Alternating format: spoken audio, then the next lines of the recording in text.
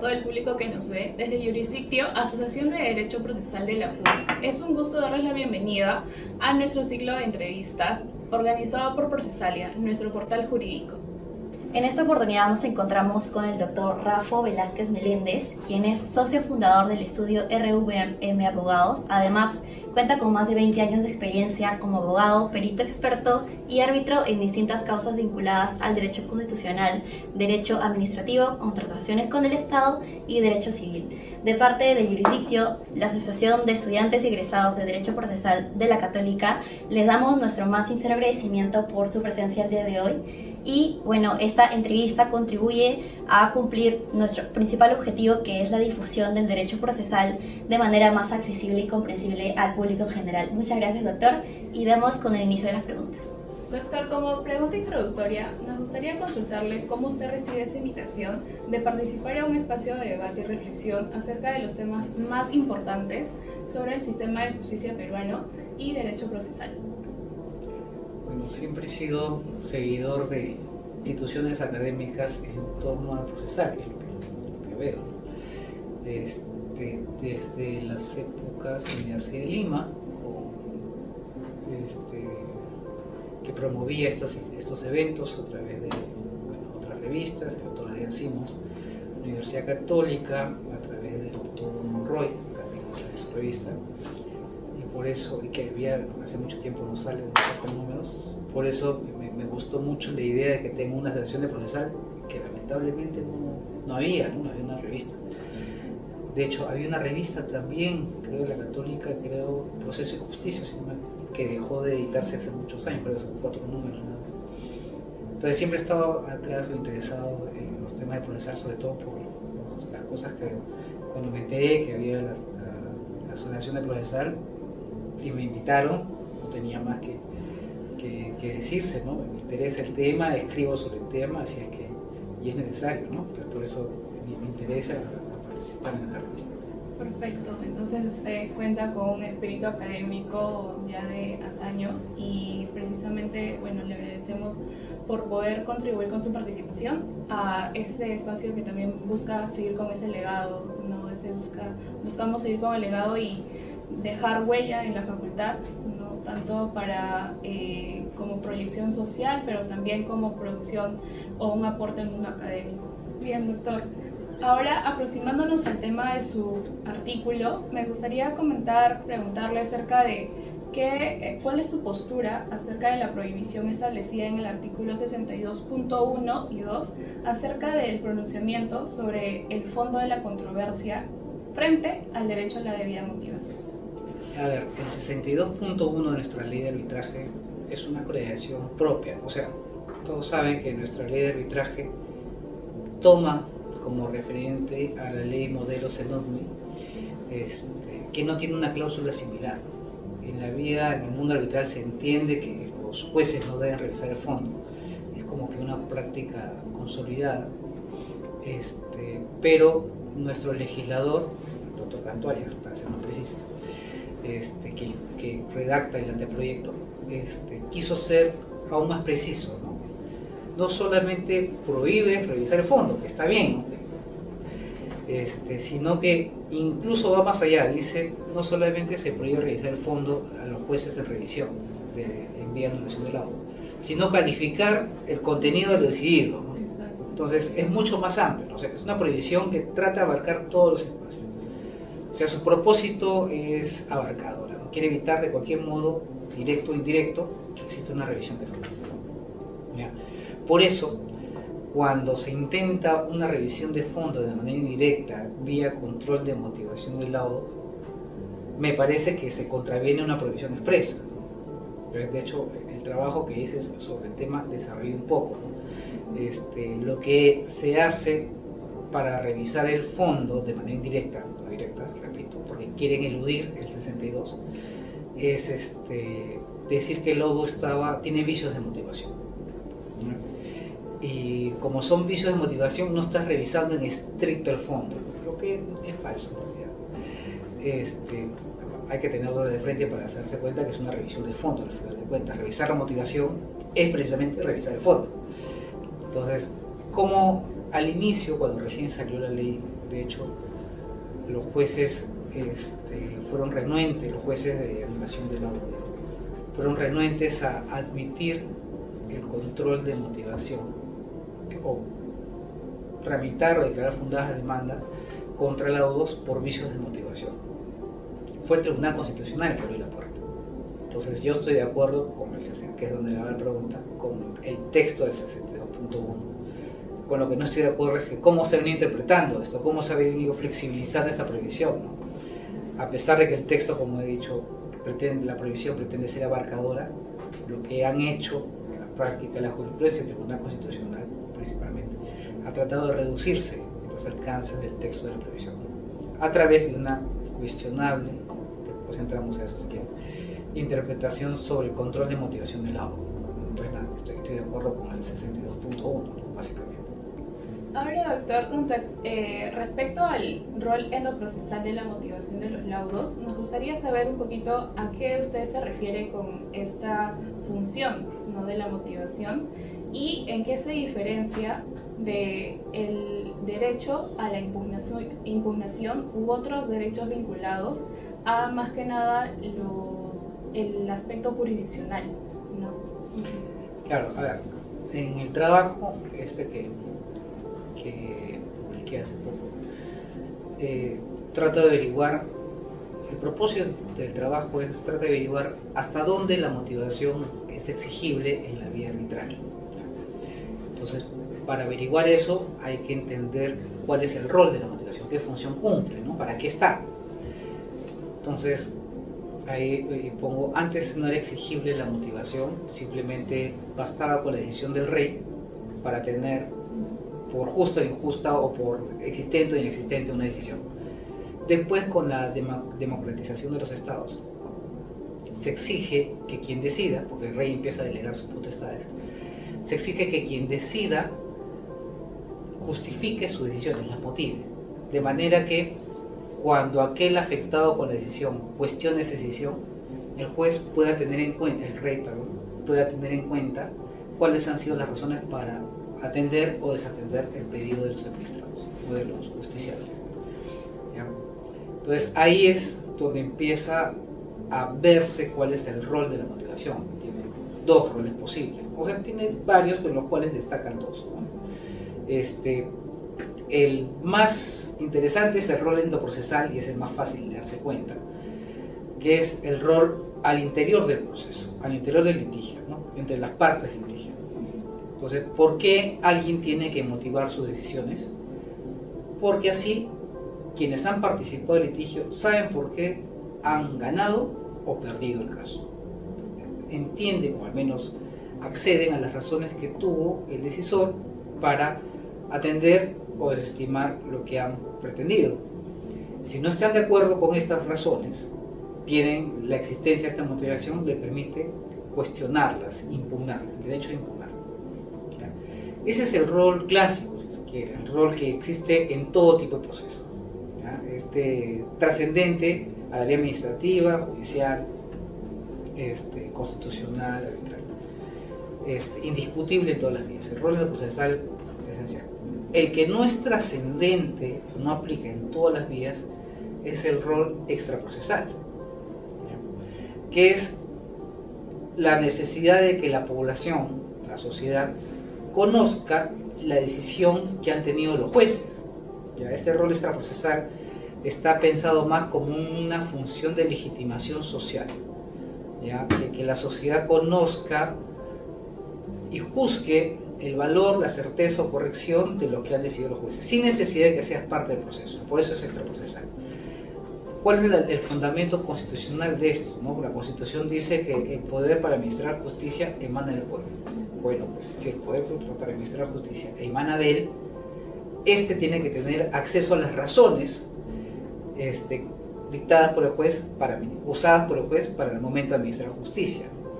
Entonces, este rol extraprocesal hace o tiene como consecuencia que las resoluciones judiciales tengan que ser públicas. ¿Ya? Claro, noten la diferencia acá. Cuando se trata de un juez, ¿de dónde emana el poder? Del pueblo. Cuando se trata de un tribunal arbitral, ¿de dónde emana su poder? De las partes. De las partes. Entonces, si emana el poder de las partes, ¿es trasladable este rol extraprocesal a la vía arbitral? La respuesta es no.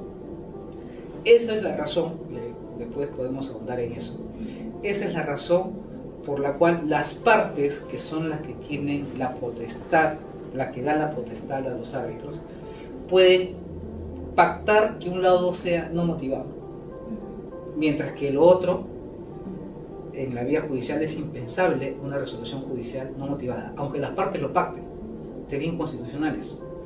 Esa es la razón constitucional, los distintos roles, o la explicación por la cual en un caso la motivación solamente tiene un rol endoprocesal en la vía arbitral, y por qué en la vía judicial hay un rol endoprocesal y extraprocesal. Y este es el fundamento del distinto de tratamiento en un otro caso. Bien, doctor. Ahora, con respecto a las implicancias teórico-prácticas que ha dejado el Tribunal Constitucional con el caso Cantuarias, sobre los criterios para medir la motivación en las resoluciones judiciales, y ahora con respecto a los laudos arbitrales, ¿cuáles serían esas implicancias que se exija el mismo estándar en uno y otro caso de manera equivalente? El Tribunal Constitucional parte de un razonamiento persuasivo, pero errado, inexacto. ¿Ya? ¿Qué es lo que hace el Tribunal? El 139 y 138 de la Constitución dice pues que el arbitraje es jurisdicción, el gran tema, ¿no? El arbitraje es jurisdicción. Entonces hacen una equivalencia. Como el arbitraje es jurisdicción, es lo mismo que el Poder Judicial. Ese es el razonamiento tan simple. El problema es que el tribunal no se ha detenido a analizar qué significa que sea jurisdicción, o jurisdicción en qué sentido, ¿no? De acuerdo con la Constitución, jurisdicción tiene dos sentidos, ¿no? Jurisdicción como competencia territorial y jurisdicción como poder para juzgar, ¿ya? Y es cierto, ¿no? Los árbitros y los jueces son jurisdicción en el sentido que ambos tienen la potestad para juzgar casos y ese juzgamiento se eleve o adquiera la calidad de cosa juzgada. En ese sentido son iguales, pero solo en ese sentido, no en todo, ¿no? O sea, no significa que sean iguales. Por ejemplo, para nadie es para todos es claro, en todo caso, que en arbitraje no hay pluralidad de instancias.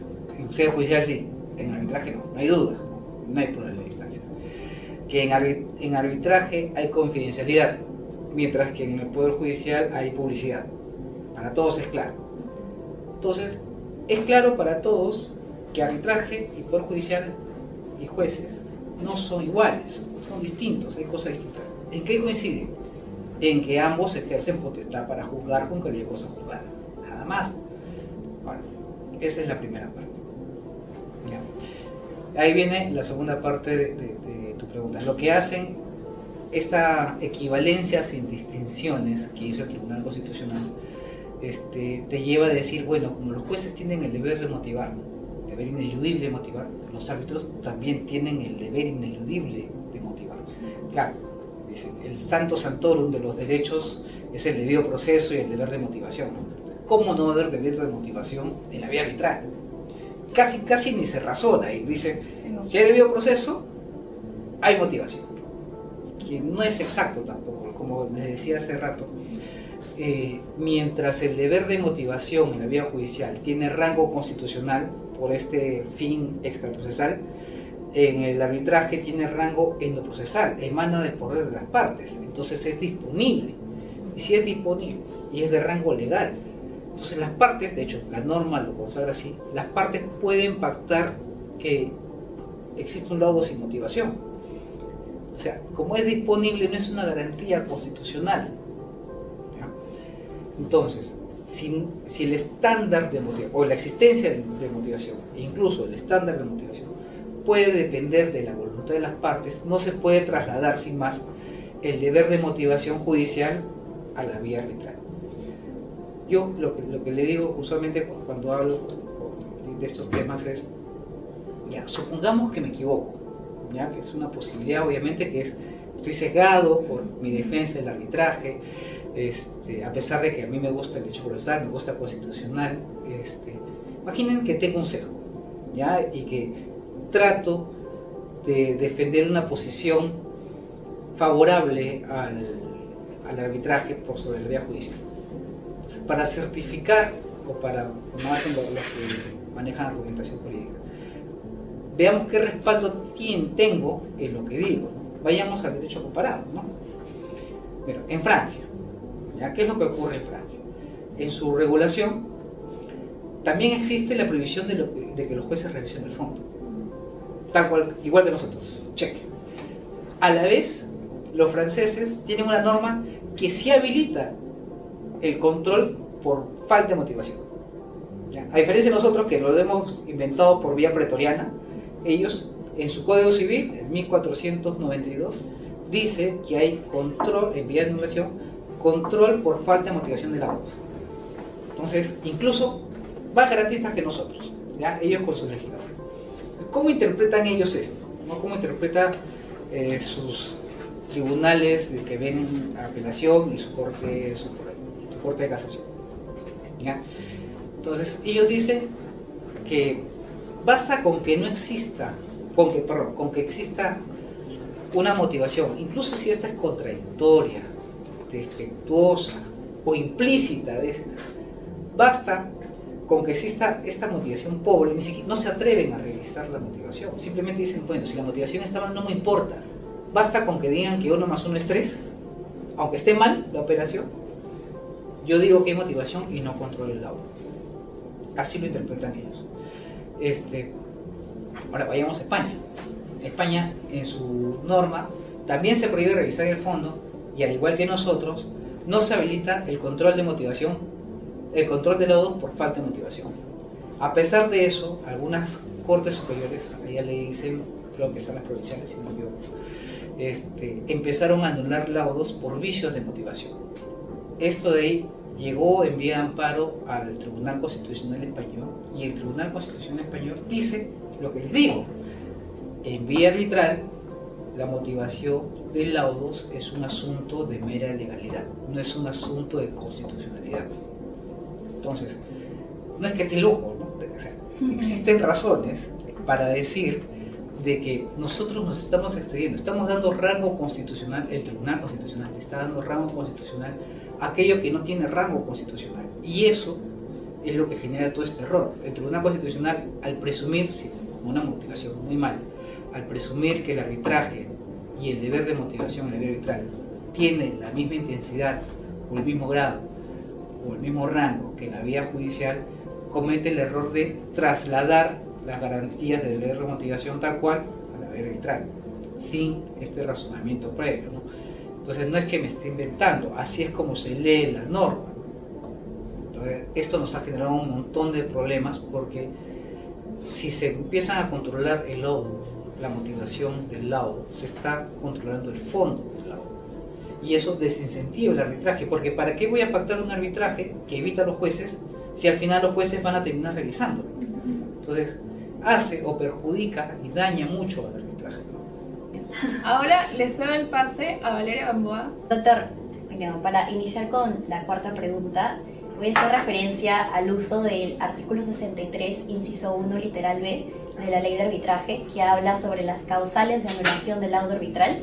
Y bueno, en su artículo hace referencia que, si bien este artículo más que todo está enfocado a defender el derecho a la defensa y no a controlar la motivación del laudo, no obstante, en el Perú existe una interpretación extensiva de ese artículo, influenciada por el Tribunal Constitucional, al mencionar que este deber de motivación es una garantía constitucional. Entonces mi pregunta es la siguiente: ¿esta interpretación extensiva del artículo 63, inciso 1, literal B, afecta la naturaleza del arbitraje? ¿Y cuál sería el principal riesgo práctico de mantener ese criterio? Bueno, buena pregunta. A ver, efectivamente, yo lo que señalo en el trabajo es, bueno, el 63.1b, que dice que el laudo solo podrá ser anulado cuando una de las partes por cualquier razón no ha podido hacer valer sus derechos. Es una copia de uno de los artículos de la ley modelo Zenutni, ¿no?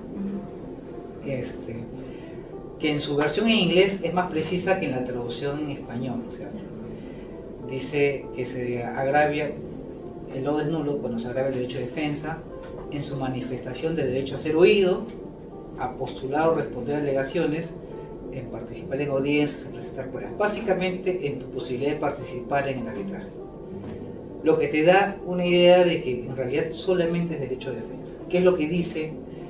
¿Qué es lo que dice el Tribunal Constitucional? Dice, bueno, el razonamiento es así.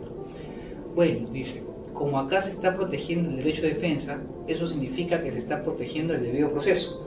Y si se protege el debido proceso, se protege toda la garantía del debido proceso. O sea, va de adelante para atrás, ¿no? Claro, se entendería si dijera que el laudo es nulo por afectar el debido proceso, lo que significaría que englobaría todas las garantías del debido proceso, pero no lo dice. Lo que dice es por afectación al derecho de defensa, esta cosa, y son taxativas. El artículo 63.1 inicia diciendo que el laudo solo se anulará por estas causales.